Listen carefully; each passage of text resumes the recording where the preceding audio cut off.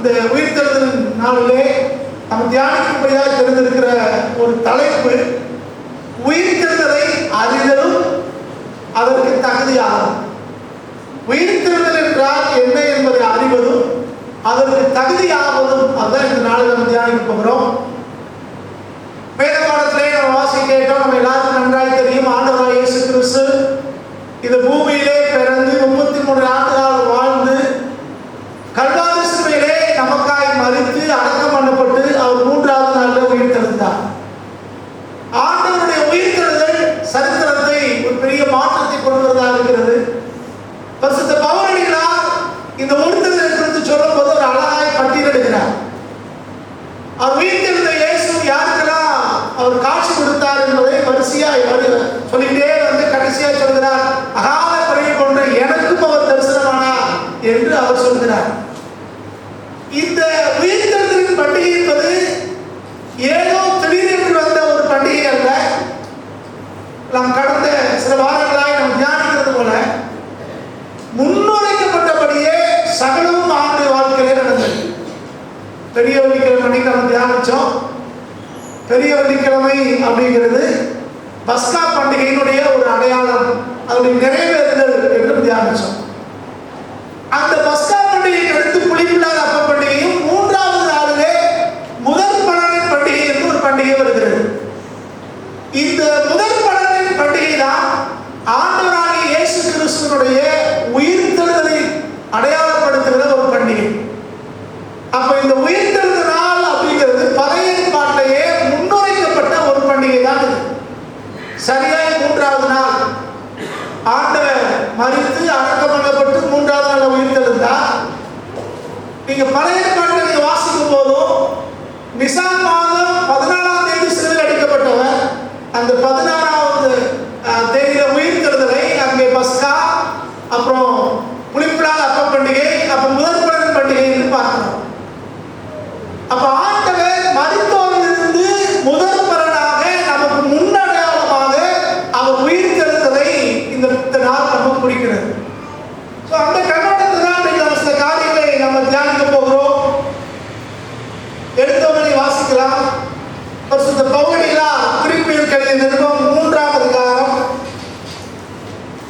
10ஆவது வசனத்திலிருந்து 12ஆவது வசனம் வரை.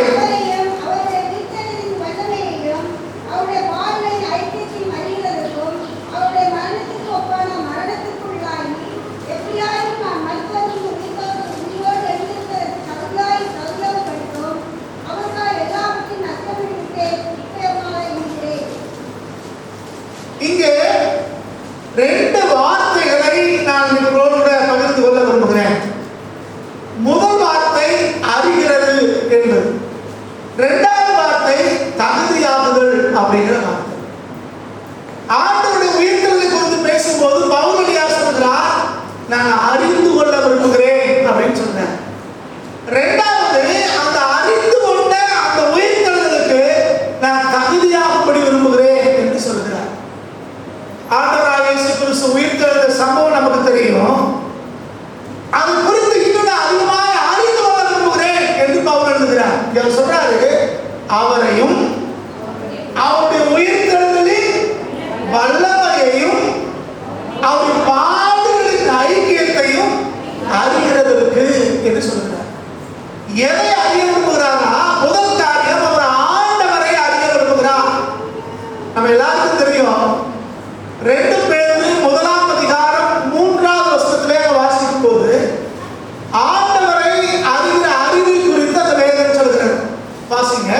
தம்முடைய மகிமையினாலும் காருண்யத்தினாலும் நம்மை அழைத்தவரை அறிகிற அறிவினாலே ஜீவனுக்கும் தேவ பக்திக்கும் வேண்டிய யாவற்றையும் அவருடைய திவ்ய வல்லமையானது நமக்கு தந்தருளினது கன்றி. இங்க வாசிக்கிறோம், ஆண்டவரை அறிகிற அறிவினாலே நமக்கு என்ன நன்மை கிடைக்கும்னு சொல்றாங்க. நாங்க 2 காரியம் சொல்றோம். ஆண்டவர் அறிய ஆரம்பிச்சோம்னா ஜீவனுக்கு தேவையானதோ தேவ பக்திக்கு தேவையானதோ நமக்கு கிடைக்கும் என்று அவர் வாக்கு பண்ணுகிறார். அப்ப ஆண்டவரை அறியும் போது நம்ம வாழ்வுக்கு தேவையான சகலமும் கிடைக்குது, ஆவிக்குரிய வாழ்வுக்கு தேவையானது கிடைக்கிறது.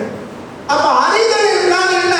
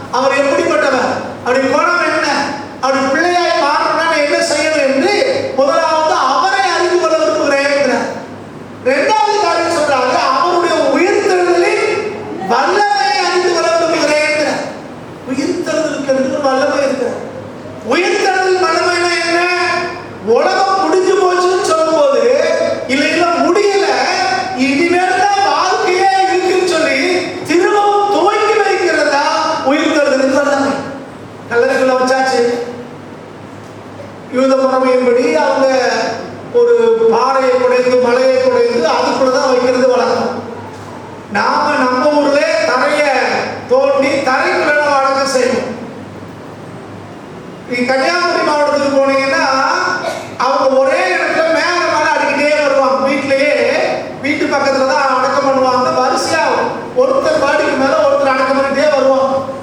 கேரளாவில் பார்த்தோம்னா சைடில் அடக்கம் பண்ணுவாங்க. தோண்டி சைடில் அடக்கம் பண்ணிட்டே வருவாங்க.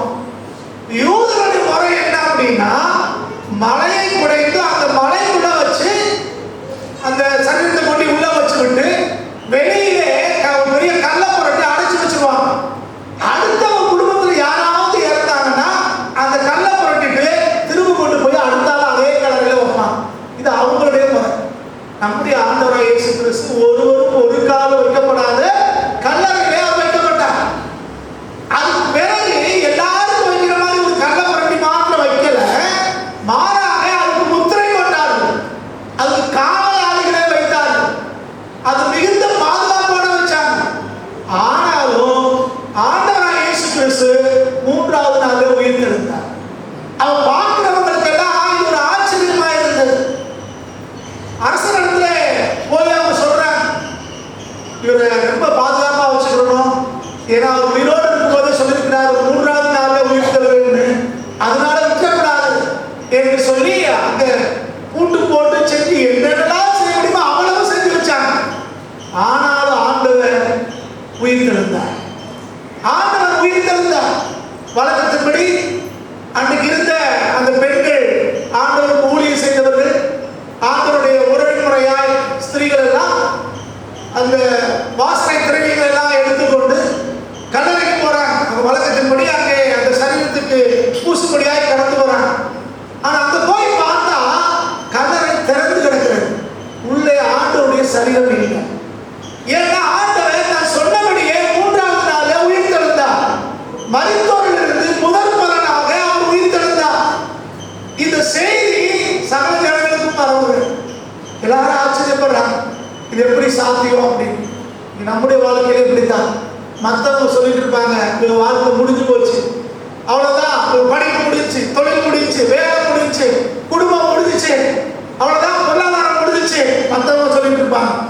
ஆனா ஆண்டவர் அந்த மற்றவங்க முடிஞ்சு போச்சுன்னு சொன்ன அந்த நிலைமையிலிருந்து கர்த்தர் அவர் திரும்பவும் தூக்கி எடுக்கிறாங்க. கிறிஸ்தவ வாழ்க்கைங்கிறது ஒரு பாலம் முடிஞ்சு போறது இல்லை. கர்த்தர் வர வரைக்கும் திரும்ப திரும்ப ஆண்டவர் திரும்ப எழுப்புகிற ஆண்டவர். ஆண்டவராகிய இயேசு கிறிஸ்துவுடைய சரீரம் எப்படி உயிரோடு திரும்ப எழுப்புச்சோ அதே போலதான் நம்முடைய வாழ்வையும் கர்த்தர் திரும்ப எழுப்புகிறவராக இருக்கிறார்.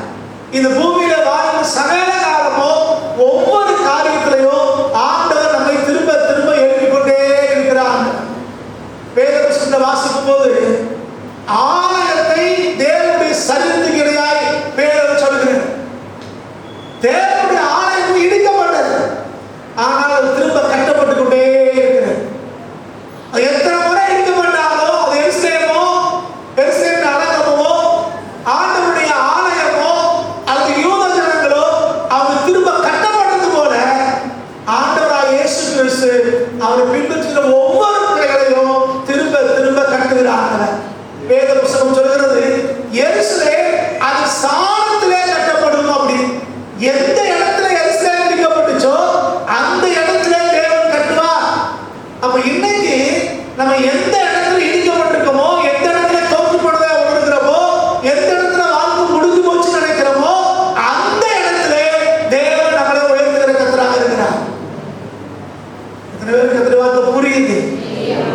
மற்றவங்க நினைச்சாங்க இங்க வச்சாச்சு, அடக்கம் பண்ணாச்சு, ஆண்டவருடைய வாழ்க்கை முடிஞ்சு போச்சு நினைச்சாங்க.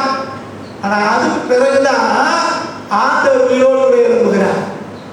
ஆண்டவர் இந்த பூமியிலே ஜீவித்த நாட்களிலே அவர் இஸ்ரேலின் எல்லைகளை விட்டு வெளியே வரவே இல்லை. மாம்சத்திலே ஆண்டவர் இந்த பூமியில ஜீவித்த போது இஸ்ரேலுடைய எல்லை விட்டு வெளியே வரல. ஆனால் அவருடைய கல்வாரி சிலுவை மரணத்துக்கு பின்னால, அவர் அடக்கம் பண்ணதுக்கு பின்னால, அவர் அடைச்சு வச்சதுக்கு பின்னால அவ்வளவுதான் எல்லாம் முடிஞ்சு போச்சு மற்றவர் நினைச்சிருக்கும் போது அவர் உயிர்த்தெழுந்தாரே. அதன் பின்புதான் அவருடைய நற்செய்தி, அவருடைய சுவிசேஷம் உலகமெல்லாம் பரவி போச்சு. அப்ப இன்னைக்கு சில காரியம் முடிஞ்சு போச்சு அப்படின்னு மற்றவங்க சொல்றாங்கன்னா அதுக்கு பிறகுதான் ஒரு பெரிய துவக்கத்தையே ஆண்டவர் உங்களுக்கு எனக்கு வச்சிருக்கிறார்.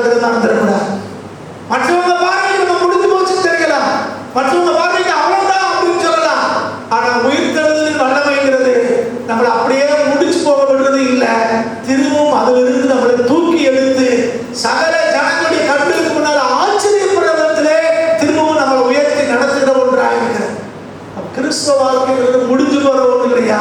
கர்த்தர் வருகிற வரைக்கும் திரும்ப கட்டப்படுகிற ஒரு வாழ்க்கை, திரும்ப உயர்த்தப்படுகிற ஒரு வாழ்க்கை, சகல ஜனங்களுக்கு முன்னாலே தலையிலிருந்து நடக்கிற ஒரு வாழ்க்கை, எல்லாருக்கும் ஆச்சரியத்தை உண்டாக்குற விதத்துல வாழ்ந்து காட்டுகிற ஒரு வாழ்க்கை தான் இந்த உயிர்த்தெழுதலின் வல்லமையினாலே கிடைக்கிற கிறிஸ்தவ வாழ்க்கை. இங்க அடுத்து தொடர்ந்து சொல்றாரு பாருங்க, அவரையும் அவர் உயிர்த்தெழுதல் வல்லமையும் அடுத்து அவர் பாடுகளின் ஐக்கியத்தை இருக்கிறார். அவரை அறிந்து கொள்ளணும், அவர் உயிர்த்தெழுதலின் வல்லமை அறிந்து கொள்ளணும், மூன்றாவது அறிந்து கொள்ளணுமா அவருடைய பாடுகளின் ஐக்கியத்தையும். அப்படி இந்த பாடுனாலே கொஞ்சம் பேருக்கு பயம் வந்துடும். அப்படித்தானே, ஏற்கனவே எவ்வளவு கஷ்டத்துல கடந்து வருகிறோம், ஆலயத்துக்கு வந்து ஒரு நிம்மதி கிடைக்கணும், சமாதானம் கிடைக்கணும், ஆறுதலான வார்த்தைகளை கேட்கணும், வாக்குத்தத்தங்களை கேட்கணும்னு வர்றோம். ஆனா இங்கேயும் வந்து பாடு அப்படின்னு சொன்னா நமக்கு கொஞ்சம் கலக்கமா இருக்கிறது. ஆனா வேத புஸ்தகத்தை வாசிக்கும் போது ஒரு கிறிஸ்தவ வாழ்க்கையில பாடுகளும் பிரயாசங்களும் வேதனைகளும் கண்ணீரும் இல்லாத ஒரு மனுஷனை பார்க்க முடியல. எல்லாரும் வாழ்க்கையிலும் பாடுகள் வரத்தான் செய்யுது. ஆனால் அந்த பாடுகள் எல்லாம் ஒரு ஜெயத்தை நமக்கு கொடுக்கிறதாக இருக்கிறது. ஆண்டவராகிய இயேசு கிறிஸ்து பாடுபட்டார், ஆனால் மூன்றாவது நாளிலே அவர் ஜெயமாவிலோடு இருந்தார். ஆண்டவர் மரணத்துக்கு ஏதுவான பாடுகளை பட்டார். அவர் சிலுவையிலே அடித்தார்கள். அவர் போல உலகத்தில் வேற யாரும் பாடுபடல, அந்த அளவுக்கு ஆண்டவர் பாடுபட்டார். ஆனா அந்த பாடு ஒரு உயிர்த்தெழுதலுக்கு நேராக நடந்துச்சு. அப்ப இன்னைக்கு நீங்க நான் என்ன பாடுபட்டாலும் சரி, அது உயிர்த்தெழுதலின் வல்லமையை நாம் கொடுக்கிறதாக மாறும். பாடு என்பது உங்களை என்னையும் சோர்ந்து வர வைக்க, உங்களை என்னையும் அப்படியே கெடுத்து விட, உங்களை என்னையும் அப்படியே வீட்டில் அப்படியே அமைதியா உட்கார வச்சிட, மூளையில உட்கார வச்சிட பிசாசு கொண்டு வருகிறார், சோதனைகளை அவன் கொண்டு வருகிறார். ஆனா கர்த்தரோ அவர் எல்லாவற்றையும் பற்றி இருந்தோம் உங்களுக்கு எனக்கும் அவர் ஜெயத்தை கொடுக்கிற ஆண்டவராக இருக்கிறார். இந்த பாடுகள் அது எதுக்கான பாடுகள்? ஆண்டவருக்காக படுகிற பாடுகள். சில நேரங்கள்ல நம்ம பாடுகள் அப்படின்னு எதை நினைக்கிறோம்னா, நமக்கு வர்ற வியாதிய, நம்ம பண்ற தப்புனால இருக்காத தண்டனை இல்லை, நம்ம பேச தெரியாம பேசி சண்டை இருக்கிறத, இதையெல்லாம் நம்ம என்ன நினைச்சுக்கிறோம்? பாடுகள் நினைக்கிறோம். ஆனா இங்க சொல்லப்பட்ட பாடுகள் என்பது கிறிஸ்து நிமித்தம் வருகிற பாடுகள், ஆண்டவருடைய நாமத்து நிமித்தம் வருகிற பாடுகள். அதுதான் வேதம் சொல்லு. அது நமக்கு ஒரு தெளிவு தேவை.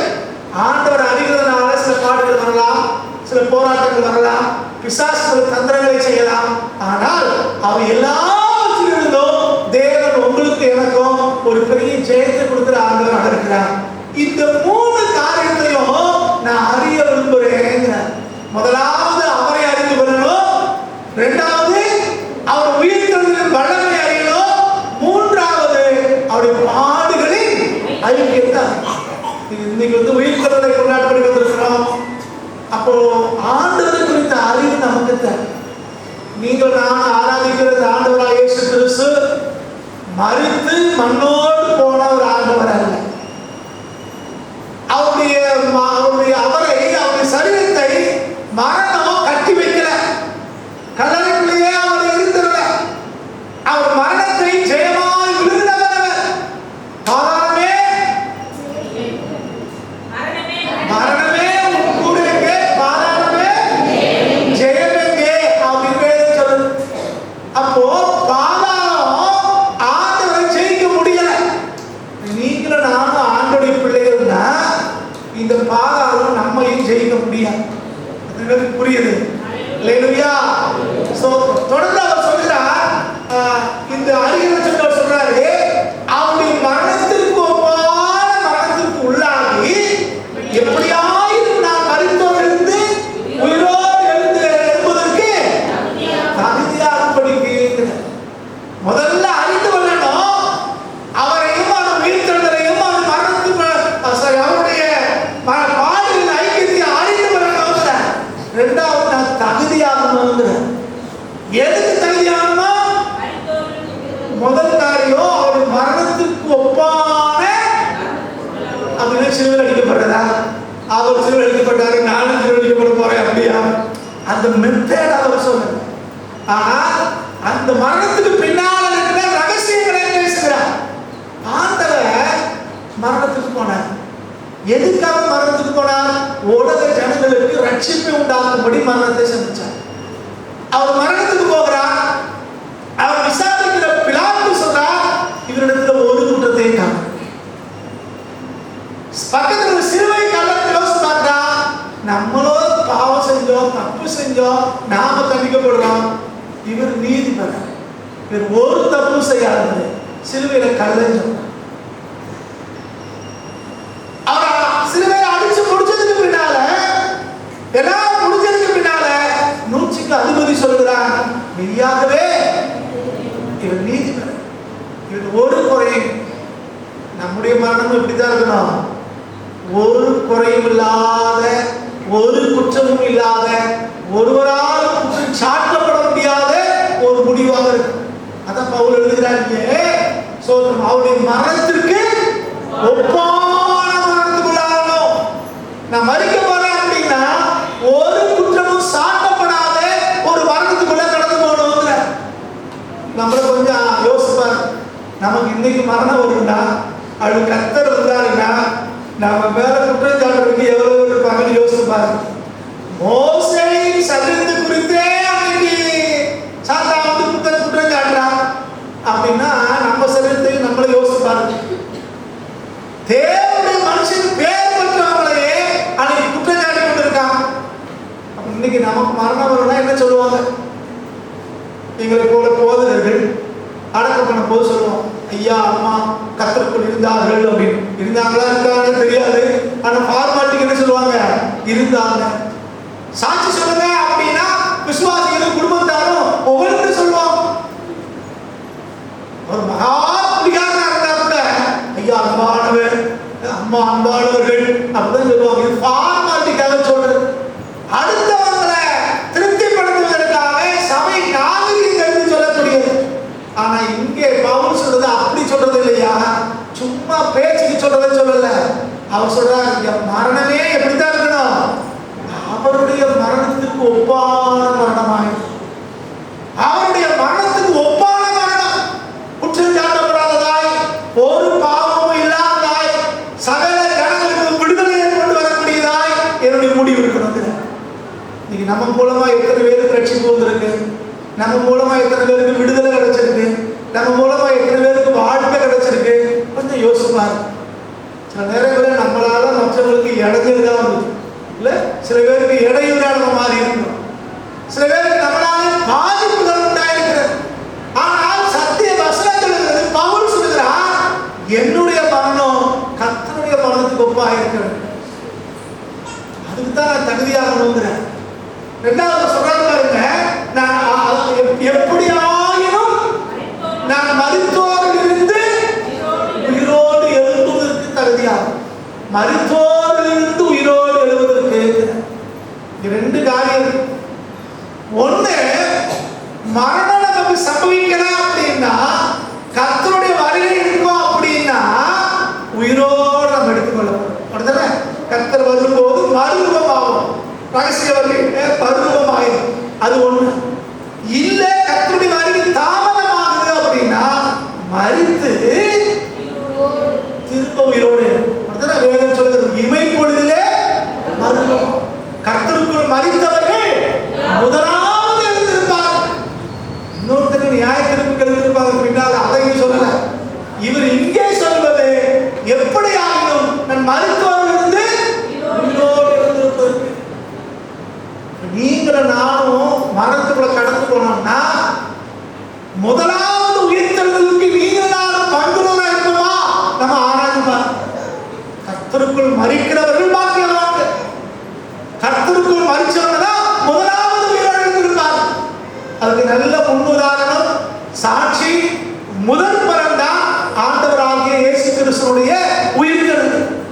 ஆண்டவருடைய உயிர்த்தெழுதல்னா நம்ம ஒவ்வொருத்தருக்கும் நம்பிக்கையை கொடுக்கிறது, நமக்கும் ஒரு உயிர்த்தெழுதல் இருக்கு அப்படி. கல்லறை என்பது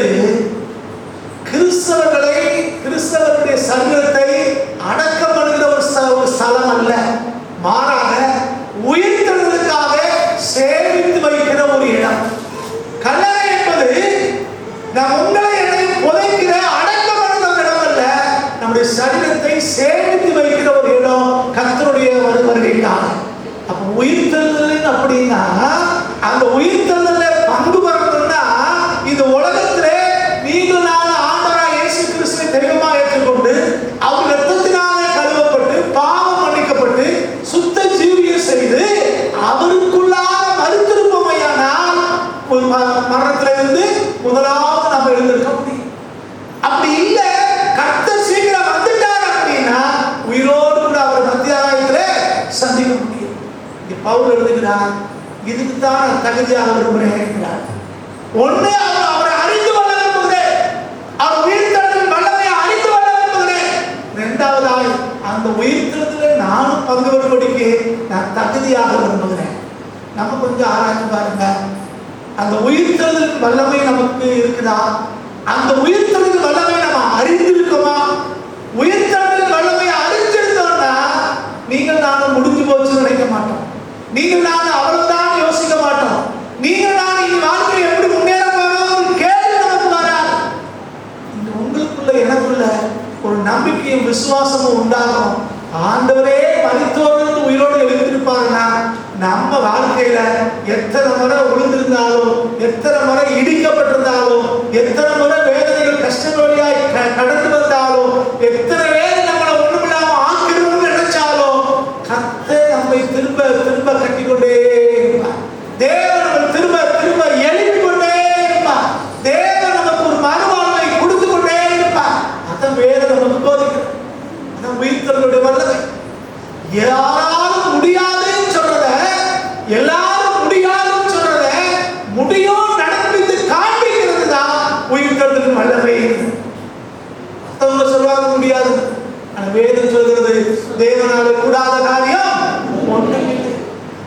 ஆண்டவர் எந்த சூழ்நிலையில் இருந்தும் யாரையும் எப்படியோ அவரால் தூக்கி நிறுத்த முடியும். உலகம் சொல்லும் அவ்வளவுதான், இங்க அவ்வளவுதான். சொந்த பந்தங்கள் சொல்லுவாங்க அவங்களுக்கு எதிர்க்கவே முடியாதுங்க. நம்மளை அறிஞ்சவங்க சொல்லுவாங்க இவங்க அவ்வளவுதான், இனி அவங்களுக்கு என்ன வாழ்க்கை அப்படின்னு.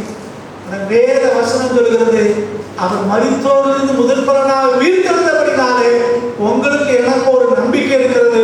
நீங்கள் நான் திரும்ப எழுந்திருக்க முடியும். கர்த்தர் நம்மை ஆண்டவர் திரும்ப உயிர்ப்பிக்க முடியும். அந்த நம்பிக்கை உங்களுக்கு எனக்கு தேவை. அந்த விசுவாசம் உங்களுக்கு எனக்கு தேவை. ஆண்டவரை அறிகிற அறிவிலே நீங்கள் நானும் வளர வேண்டியவர்களாக இருக்கும். இரண்டாவது பார்க்கிறோம், நம்ம அந்த உயிர்த்தெழுதலுக்கு தகுதியுள்ளவர்களாக மாற வேண்டும். உயிர்த்தெழுதலுக்கு தகுதி, உயிர்த்தெழுதலுக்கு என்ன தகுதி தேவை? அவருடைய மரணத்துக்கு ஒப்பான மரணத்துக்குள்ளாக நீங்கள் நானும் மாற. அவருடைய மரணத்துக்கு ஒப்பான மரணத்துக்குள்ளானவங்க உயிரோடு திரும்ப எழுந்திருக்க முடியும். பாவம் இல்லாதவர்களாய், குற்றம் சாட்டப்படாதவர்களாய், கர்த்தருடைய வேத வாக்கியத்தின்படி வாழ்ந்து கர்த்தருக்குள்ளாக மறிக்கிறவங்க தான் திரும்ப உயிரோடு கூட எழுத முடியும். நீங்கள் நாம எப்படி இருக்கோம்? நாம கொஞ்சம் ஆராய்ச்சி பார்க்கலாம். அந்த அறிவு நமக்குள்ள இருந்துச்சுன்னா இந்த தகுதியும் நம்ம பெற்றுக்கொள்ள முயற்சிக்கலாம். இதுக்கு அவர் என்ன சொல்றாரு பாருங்க, இப்படி அறிவுதற்கும் இப்படி தகுதியாவதற்கும் என்ன செய்யறாங்கன்னா 11வது வாசிங்க. அவருக்காக எல்லாவற்றையும் நஷ்டமென்று விட்டேன், குப்பையுமாக எண்ணுகிறேன். இப்படி அந்த உயிர்த்தெழுதலை அறிந்து கொள்ள, அந்த உயிர்த்தெழுதலிலே பங்கு பெற, அது தகுதியாக நான் பவுல் சொல்றாரு எல்லாவற்றையும். இந்த பவுல் யாரு? அந்த நாட்களே மிகப்பெரிய கல்விமான், மிகப்பெரிய படிப்பார், மிகப்பெரிய கோடீஸ்வரர். அன்னைக்கு இருந்த மக்கள் மத்தியிலே ரொம்ப அறிமுகமானவர், மத வைராக்கியத்தில் இருந்த ஒரு மனுஷன், மிகப்பெரிய ஒரு ஊழியக்காரராக மாறியவர். தமஸ்கு நகரத்து வீதியிலே கர்த்தராலே சந்திக்கப்பட்ட பின்பு உலகமெல்லாம் கடந்து போனவர். அவர் சொல்றாரு, இந்த திசையில் எனக்கு இடமே இல்லை என்றார். அந்த அளவுக்கு அவர் ஊழியம் செய்தவர், ஒரு மாபெரும் ஊழியக்காரர். அவருக்கு சொல்றாரு, அவருக்காக, யாருக்கு? ஆண்டவருக்காக கல்வாரி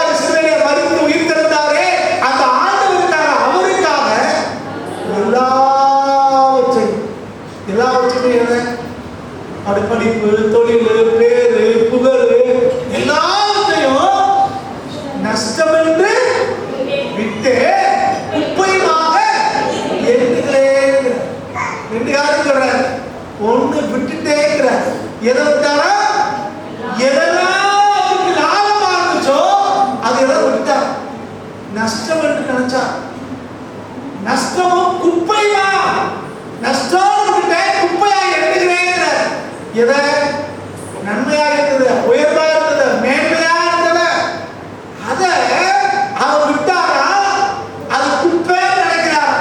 இன்னைக்கு நம்மளை யோசிச்சு பாருங்க. இன்னைக்கு நம்ம விட்டதெல்லாம் எதை விட்டு வந்திருக்கோம்? அது குப்பையிலும் குப்பையில நம்ம விட்டுருக்கோம். அவர் நன்மையான குப்பையில விட்டாரு, நம்ம விட்டு எதை விட்டுருக்கோம்? குப்பையெல்லாம்.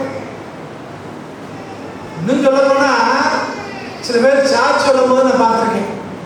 சாட்சி சொல்லுவாங்க, ஒரு காலத்திலே நான் மகாபெரிய குடிகாரனா இருந்தேன், செயின் சுமக்கரா இருந்தேன், சிகரெட்டை குடிச்சுக்கிட்டே இருப்பேன், ஊருக்குள்ள என்ன கண்டாலே பயப்படுவாங்க, அருவாளோட தான் தெரிவேன், ரொம்ப சந்தோஷமா உற்சாகமா சொல்லுவாங்க. அதுக்கப்புறம் சொல்லுவாங்க, ஒரு நாள் கர்த்தரை ஏற்றுக்கொண்டேன். அப்படியே பிறகு என்ன செய்யலாம்?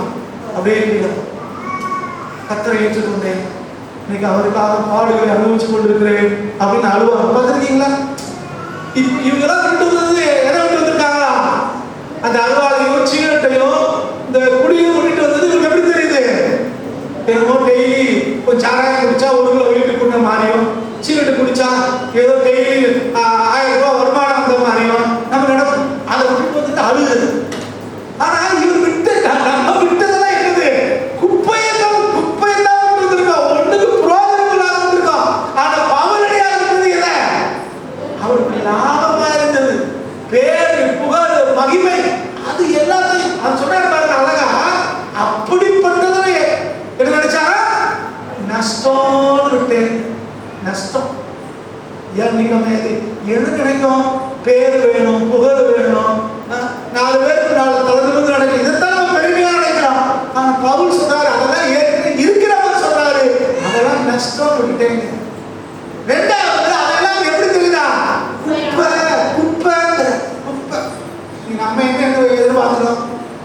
ஒரு கல்யாண வீட்டுக்கு போனா நம்ம பார்த்தோன்னே 4 பேர் வாங்க கூட்டு போகணும். முன்னாள் இல்ல, ஒரு இடத்துக்கு போனா நம்மள என்ன செய்யணும்? 4 பேர் வாங்கன்னு கேட்கணும், மரியாதை செலுத்தணும்.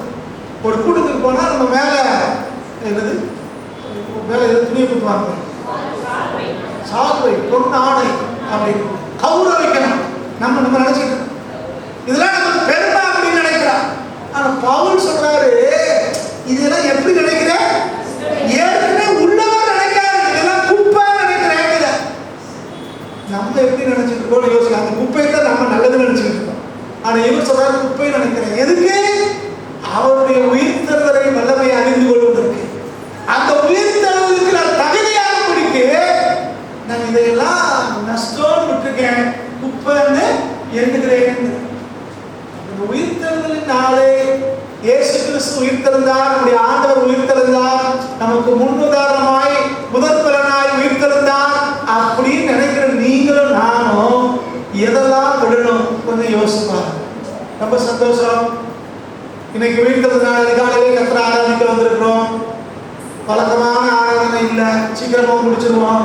ஏன்னா கறிக்கடையில் கூட்டமா இருக்கும், மீன் கடையில் கூட்டமா இருக்கும், அதனால சீக்கிரம் முடிச்சிருவோம். ஆனா ஒன்ன தெரிஞ்சுக்கோங்க, இந்த பண்டிகைனால நமக்கு ஒரு லாபமும் இல்லை. ஆனா லாபம் எங்க இருக்குன்னா, இந்த கிறிஸ்துவோட மாறும்போது தான் இருக்கு. இந்த உயிர்த்தெழுதலுக்கு பங்காளிகளாய் தகுதியுள்ளவர்களாய் மாறும்போதுதான் நமக்கு லாபம் கிடைக்கிறது. நம்ம ஆசீர்வாதத்தை பெற்றுக் கொடுக்கிறோம். வெறும் பண்டிகை கொண்டாடுறது நமக்கு லாபம் இல்லை, கிறிஸ்துவை அறிகிற அறிவிலே வளரும். இந்த கிறிஸ்துவனுடைய அறிவிலே வளர்ந்து வளர்ந்து அவரை போல மாறும்போது, அந்த உயிர்த்தெழுதலுக்கு பங்காளிகளாய் மாறும்போதுதான் இது மேன்மையும் ஆசீர்வாதம் நமக்கு உண்டாகும். இந்த பவுலடியாரை கொஞ்சம் திரும்பி பாருங்க, அவர் செஞ்ச காரியத்திலாக யோசிச்சு பாருங்க. இந்த வசனத்தை நீங்க கவனிச்சீங்கன்னா, இந்த 10வது வசனத்துல ஒரு 4 காரியத்தை அவர் பேசுகிறார். முதல் காரியம் அவரை அறியணும், அவர் உயிர்த்தெழுதலை அறியணும். இரண்டாவது அவருடைய பாடுகளின் ஐக்கியத்தை அறிந்து கொள்ளணும். மூன்றாவதா வாசிக்கிறோம், அவர் மரணத்துக்கு ஒப்பான மரணத்துக்குள்ளான ஒரு குற்றமும் இருக்கக்கூடாது. இந்த பூமியை விட்டு கடந்து போகும்போது பரிசுத்தராய் கடந்து போகணும். ஒருத்தர் நம்ம மேல குற்றம் சாட்ட முடியாத அளவுக்கு நம்ம வாழ்க்கை இருக்கணும். 4வதாக வாசிக்கணும், எப்படியாவது மரித்தோர் உயிரோடு இருப்பதற்கு தகுதியாயிரும். இதுதான் பவுலடியார் பிலிப்பிய சபைக்கு எழுதுகிறார். இந்த நிருபத்தை நீங்க வீட்டில் போய் வாசித்தாருங்க. ரொம்ப அழகா எழுதுற. உயிர்த்தெழுதலை பற்றி பேசிக்கிட்டே உயிர்த்தெழுதல் என்ன, எப்படி சம்பவிச்சது, உயிர்த்தெழுந்த இயேசு யாருக்கெல்லாம் தரிசனமானா ஒரு பெரிய பட்டியலையே போனார். உயிர்த்தெழுந்த இயேசு அன்றைக்கு தான் உயிரோடு இருக்கிறவராக அநேகருக்கு தன்னை காண்பித்தார். இன்னைக்கு அந்த இயேசு, உயிர்த்தெழுந்த இயேசு நம்ம கூட இருக்கிறார். நீங்கள் நானும் ஏதோ மரித்து போன ஒரு ஆளை ஆராதிக்கிறார். இன்னைக்கு நிறைய பேருக்கு குரு பூஜைன்னு கொண்டாடுவாங்க, கேள்விப்பட்டிருக்கீங்களா? பெரிய ஆளுகளுக்கெல்லாம் குரு பூஜைன்னு வைப்பாங்க. அது என்ன ஆச்சுன்னா, அவன் செத்துட்டாங்கன்னா அவங்க கல்லறையில போய் பூஜை வைக்கிறது, அது ஒரு குரு பூஜை. நீங்கள் நானும் கொண்டாடுறது குரு பூஜை இல்லைங்க, வெறும் கல்லறையை கொண்டாடுகிற ஒரு நாள். திறந்த கல்லறையை உலகத்துக்கு பிரசித்தப்படுத்தி அந்த ஆண்டவரை பயன்படுத்தும்படி கூடி வந்திருக்கிறோம். இது உயிர்த்தெழுதலின் பண்டிகை. ஆண்டவர் உயிர்த்தெழுதலை உலகத்துக்கு பறைசாற்றுகிற ஒரு நாள். அதை கொண்டாடும்படிதான் நீங்கள் நான் கூடி வந்திருக்கிறோம். அப்ப அடிப்படையில் உங்களுக்கு எனக்கு ஒன்று புரியணும். ஆண்டவர் மரித்தோரிலிருந்து முதல் பலனாய் உயிரோடு எழுப்புறது போல நம்ம வாழ்க்கையிலையும் மரணத்துக்கு பின்பும் உயிர்த்தெழுதல் இருக்கிறது. ஆண்டவர் வரும்போது அந்த ஆண்டவர் இப்பொழுது வந்துவிட்டாரானால் மரிக்காமலே மறுபடியும் ஆயிடும். இந்த ரெண்டையும் தவிர்த்து நம்முடைய வாழ்க்கையில ஒவ்வொரு காரியத்திலையும் தேவன் நம்மளை உயர்த்திக் கொண்டே இருக்கிறார். பிசாசு எத்தனை முறை இடித்தாலும் அவர் திரும்ப நம்மளை கட்டுகிறார். சத்துருக்கள் நம்ம எத்தனை முறை வீழ்த்தினாலும் அவர் திரும்ப நம்மளை கட்டி உயிரோடு எழுப்புகிறார். உலகம் நம்மளை எத்தனை முறை முடித்து போச்சுன்னு சொன்னாலும் முடித்து போகல, இனிமேல் தான் ஆரம்பம் என்று சொல்லி திரும்ப தூக்கி நிறுத்துறவர் தான் இந்த ஆண்டவர். உலகம் நினைச்சிச்சு, அன்னைக்கு இருந்த ரோமர்கள் நினைச்சாங்க, அன்னைக்கு இருந்த ஆசாரியர்கள், வேதவாதிகள், பரிசேயர்கள், சதுசேயர்கள் எல்லாரும் நினைச்சாங்க அவ்வளவுதான், இயேசுவை சிலுவையில் அடிச்சாச்சு, அவர் கடலில் அடக்கம் பண்ணாச்சு, இனிமேல் எல்லாம் முடிஞ்சு போச்சுன்னு நினைச்சாங்க. ஆனா அதுக்கு பிறகுதான் ஒரு மாபெரும் மாற்றம் உண்டாயிற்று. மரித்தோரிலிருந்து ஆண்டவர் உயிரோடு எழுப்பினபடினாலே இன்றைக்கு வரைக்கும் ஆண்டவர் எல்லாரும் உயர்த்தி கொண்டே இருக்கிறோம். உலகமெல்லாம் அவருக்கு பெரிய சென்று கொண்டிருக்கிறது. ஒன்றை புரிந்து கொள்ளுங்கள், நம்ம வாழ்க்கையில் இப்படித்தான். எத்தனை தடை வந்தாலும், எத்தனை பிரச்சனை வந்தாலும், எத்தனை போராட்டம் வந்தாலும், எத்தனை முறை நீங்களும் நானும் வாழ்க்கை முடிஞ்சு போச்சுன்னு நினைச்சாலும் நம்முடைய கர்த்தர் திரும்ப திரும்ப நம்மளை எழுப்பிக் கொண்டே இருக்கிறாங்க. அப்ப உயிர்த்தெழுதலின் வல்லமை என்பது இந்த உயிர்த்தெழுதலின் நாளிலே நம் மனசுல பதிக்கப்படட்டும். நமக்குள்ள ஆழமாய் ஒரு காரியத்தை உறுதியாய் நம்ம ஏற்றுக்கொள்வோம், மனசுல பதித்துக் கொள்வோம். நம்முடைய ஆண்டவராய் இயேசு கிறிஸ்து உயிர்த்தெழுதல் நமக்கு முன் அடையாளமாய் மாறி இருக்கிறார். நம்ம ஒவ்வொருவருக்கும் நம்முடைய தனிப்பட்ட வாழ்க்கையிலே, நம்முடைய தொழிலே, நம்முடைய படிப்பிலே, நம்முடைய குடும்பங்களிலே தேவன் நம்முடைய திரும்பவும் உயிர்ப்பிப்பார். ஜோபனுமா எல்லாரும் கண்களை வரைக்கும் பார்க்கலாம், முகத்தை வரைக்கும் பார்க்கலாம். அவர் உயிரோடு எழுந்தார். உங்களை என்னை அவர் உயிரோடு எழுக்க விரும்புகிறார். அவர் உயிரோடு எழுந்த ஆண்டவர் நம்ம வாழ்க்கையை நம்மளை திரும்பவும் எழுப்ப விரும்புகிறார். Thank you Jesus, thank you Lord, thank you Lord, thank you Lord, thank you Jesus, thank you Lord, thank you Lord, thank you Lord. ஆண்டவருடைய முகத்தை நோக்கி பார்க்கலாம். அவர் உயிரோடு எழுந்தவர், அவர் மரணத்தை ஜெயித்தவர். அவர்தான் நீங்கள் நான் ஆராதிக்கக்கூடிய வந்திருக்கிறோம். அவருடைய கரங்கள் அப்படியே நம்ம அர்ப்பணிக்கலாமா? Thank you Jesus. உயிரோடு எழுந்தவரே